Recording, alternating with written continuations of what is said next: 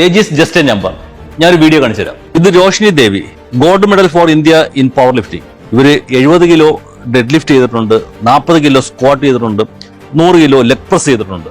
ഈ 70 വയസ്സുള്ള രോഷിനി ദേവി ഒരു 3 വർഷം മുമ്പാണ് അവർ വർക്കൗട്ട് സ്റ്റാർട്ട് ചെയ്തത്. അവർ യഥാർത്ഥത്തിൽ സിവിയർ ആയിട്ടുള്ള ആർത്രൈറ്റിസ് പ്രോബ്ലം കൊണ്ടും ബാക്ക് ഇഞ്ചുറി കൊണ്ടും ഒരുപാട് കഷ്ടപ്പെട്ട് വരുന്ന ഒരു ടൈമിൽ അവരുടെ മകൻ ഒരു ഫിറ്റ്നസ് കോച്ചായിരുന്നു. മകന്റെ അഡ്വൈസ് പ്രകാരമാണ് അവർ വർക്കൗട്ട് സ്റ്റാർട്ട് ചെയ്തത്.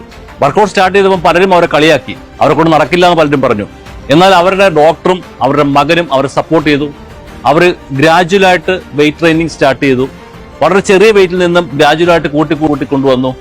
തൽഫലമായി അവരുടെ ബോഡിയിൽ മസിൽ മാസ് ഉണ്ടാവുകയും അവരുടെ മസിൽ സ്ട്രെങ്ത് ആകുകയും അവരുടെ ബോൺ ഡെൻസിറ്റി കൂടുകയും ചെയ്തു.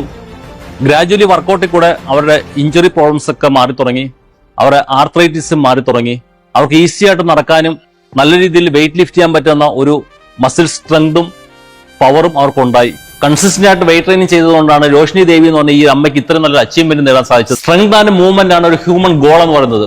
സോ ഏജ്ഡ് ആയിട്ടുള്ള അച്ഛനും അമ്മയും അങ്കിളും ഒക്കെ ഉണ്ടെങ്കിൽ അവർക്കെല്ലാം ഷെയർ ചെയ്ത് കൊടുത്താൽ.